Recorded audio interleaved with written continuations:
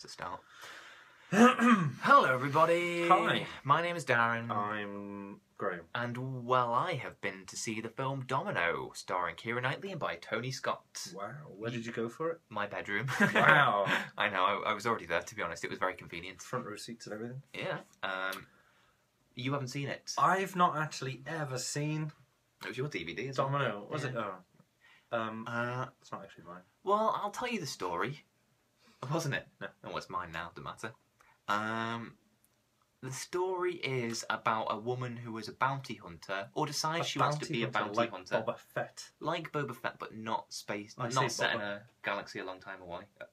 Words I can't say. Boba. Yeah. So yeah, she wants to be a bounty hunter, so she gets in touch with a few... Keira Knightley. I'm Yeah. not being funny. She hasn't really got the body type to be kind of taking people. Well, it's based on a true story. Really. Shut you up. Well, no, I mean, in terms of body type, she hangs out with Mickey Rourke and some Spanish-looking guy, so that helps in terms of shoving people around. Yeah, And also, as long as, you know, the shotgun's pointed in your face, I'm sure you'll do what she says, no matter how big her body is. Or not big, I guess is the point. Yeah, or how small. So she becomes a bounty hunter, and then I don't really know what was going on, to be honest. It was fucking mental. Like, Right. it was just insane. I don't know what was going on. She was a bounty hunter, then for some reason Christopher Walken started filming her like a reality TV show, and it was like, meanwhile the whole story's being told in an interrogation room with Lucy Liu interviewing her because some money's gone missing, and it's sort of cutting back and forth between the main story of the money and how she got into bounty hunting, then back to Lucy Liu, and oh, it's just insane. It's just it was such a mess, but it was so brilliant. Like, I loved every second of it. I know I'm in the minority and most people hate the film, and I can see why they would, because it was bloody awful. Yeah. But it was also brilliant, and I don't mean brilliant in an ironic way. I mean, it was just so mad, you've got to admire it. Alright. Yeah. Right, okay. Cool. Mm. So, I mean, are the performances good, or...? Yeah, I mean, Keira Knightley, like, you know, she does a She's plummy normally British quite thing. good, yeah. Well, she's not normally quite good, is she? Oh. She can be quite good. She's She's better okay, these right, days right, than she right. was. I haven't seen Atonement, Atonement's very good. just to put it out there.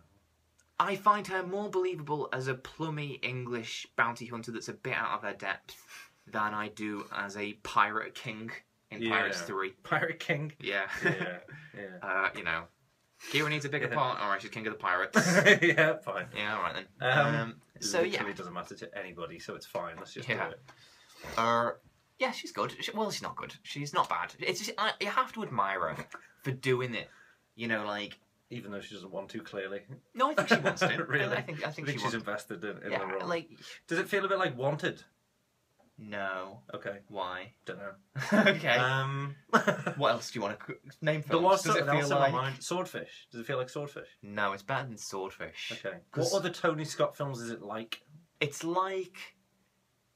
Imagine watching Man on Fire whilst thinking about Keira Knightley and having your head kicked in, and that's kind of what it's like.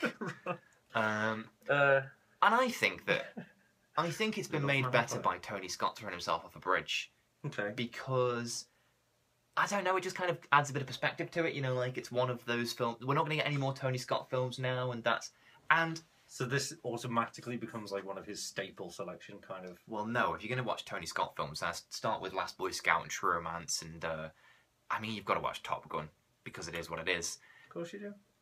Yeah, it's not a good film though. No, is I it? don't like it. No.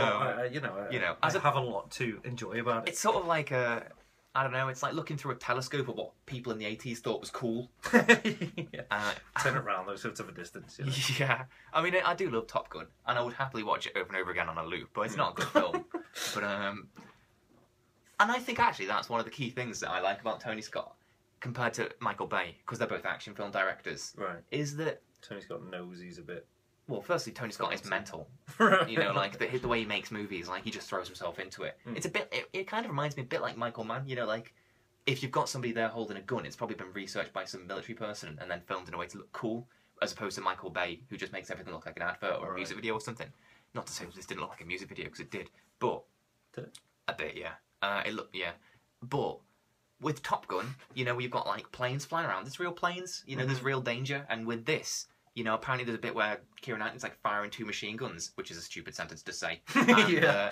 One of the blanks like fires off and hits her in the face. You know, so Alright. there's still danger. I mean, I know you could argue that in a Michael Bay film, But then it wouldn't surprise me if the guns were fucking CG in Michael Bay's films. You know, just do that Shia LaBeouf. Whilst, We'll take care of the while rest, she don't bends worry. over. Yeah, basically. And I suppose that's true as well, that compared to Michael Bay's films, his are obviously riddled with sort of misogyny, whereas Tony Scott's, to be fair, you know, it's a bounty hunter film with a woman at the As lead. if there's not tons of innuendo in Top Gun. Come on. Yeah, but it's not sexist. No, it's not sexist. It's homophobic, if anything. Yeah. You know, depending on how you read those movies. Yeah. But yeah, so the best way I can describe Domino is, do you remember the other day I was telling you about the diarrhea in the toilets at work? And like it's just splattered like all up the back, and I just couldn't understand how people had done that. Why are you laughing? I remember. Yeah. And I said it's like they've aimed their arse and just gone, and like the pressure is like a shotgun blast of shit's just come straight out. Mm-hmm. It's like that. But imagine it's not shit, but everything that makes a Tony Scott film. So it's just a mess of a Tony Scott film. Just like splattered on the back of a toilet. I'm not saying. Oh, I hope he watches this. Well, he's not going to, as he's dead. Oh yeah, that's good.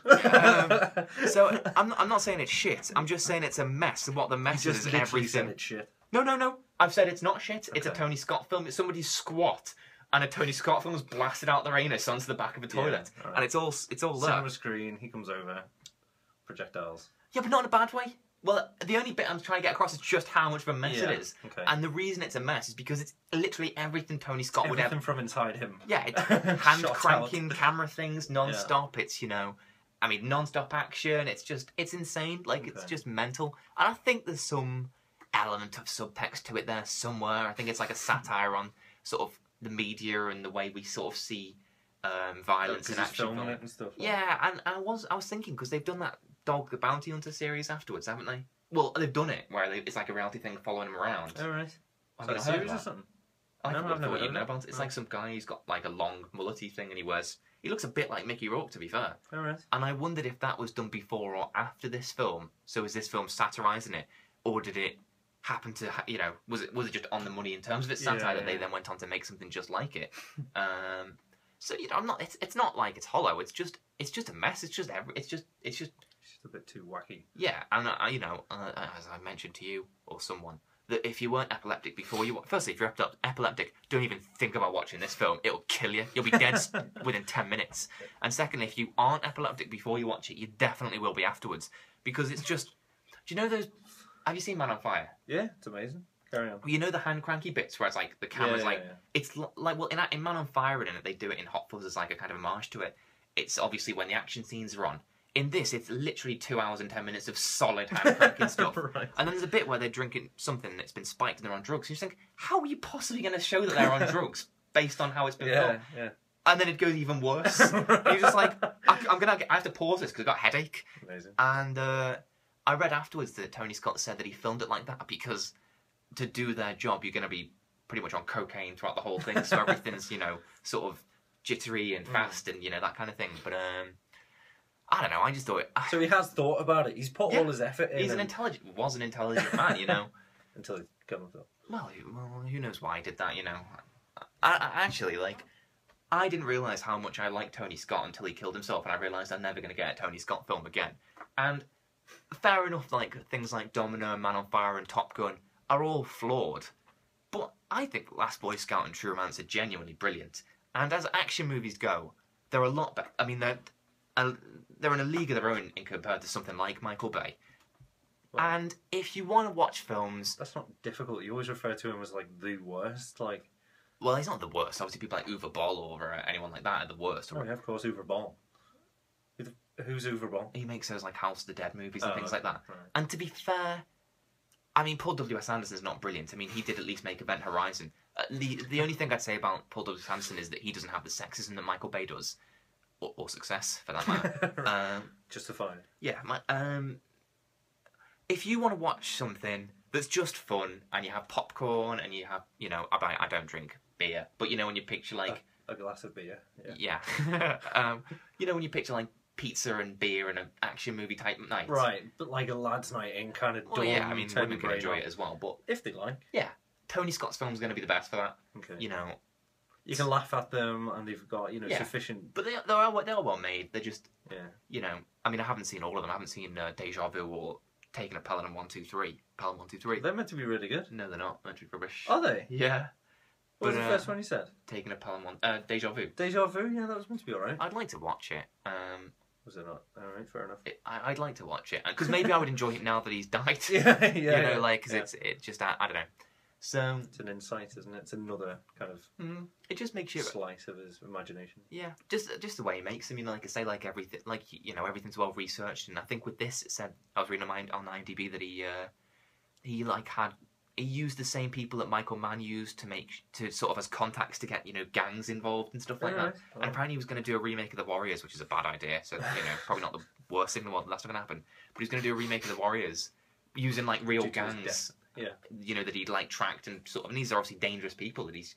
Yeah, it's not just a man on a film set that's getting paid. No. With a film budget It's of like 300 million. takes the trouble. Yeah, I suppose to that degree. he's the Herzog of rubbish action movies. Right. um, That's a pretty good title to have. yeah, and I think that like when Ridley Scott dies, I mean Ridley Scott's the better of the two. Don't get me wrong. I'll happily watch Blade Runner and Alien over any of these, but I think that overall, Tony Scott might have the more consistent filmography because Ridley Scott if he makes a good film, then it's brilliant. It is a Blade Runner or whatever. But if he makes a bad film, it's a 3-hour boring film. Whereas Tony Scott, at least it's a 2-hour mental one. Right. It's a roller coaster at least. Yeah. So there you go. That's Domino for you. Wow. What an insight. Yeah, I would recommend everyone watches Domino. I wouldn't say that it's a bad film. Don't bother with it. I'd say it's an insane film. Give it a chance. Okay. That's quite good. Like It's not good. I mean, whenever anybody kind of says how wacky or zany or whatever a film can be, I automatically just go to Crank because it's just so out there and just not even in the realms of possibility. I mean, it's not silly. It's not like Crank is silly. You've got Jason Statham on a motorbike with a bone on and a 90 and his arse out. It's not like that. It's just non-stop. It's high up. It's just relentless. And I think it's possibly the last film where Mickey Rourke had what resembles a normal face. All right. Yeah. Because he showed up and I thought, I bet when we saw this the first time, we thought, look at his face. But it's gotten worse now, so I look back at that face with nostalgia. Yeah.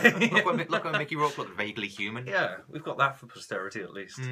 That's quite good. And he's good in it. Mickey Rourke's really good in it. Mickey Rourke's a bit hit and miss. Yeah. But just watch The Wrestler if you're not sure and leave it at that. Yeah. Sin City's just to die for. Dame to die for. That's not it. But something like that. So yes, so Domino, that's it. Bye everyone. Oh, bye. Bye, what were we going to say? Nothing. Okay, bye.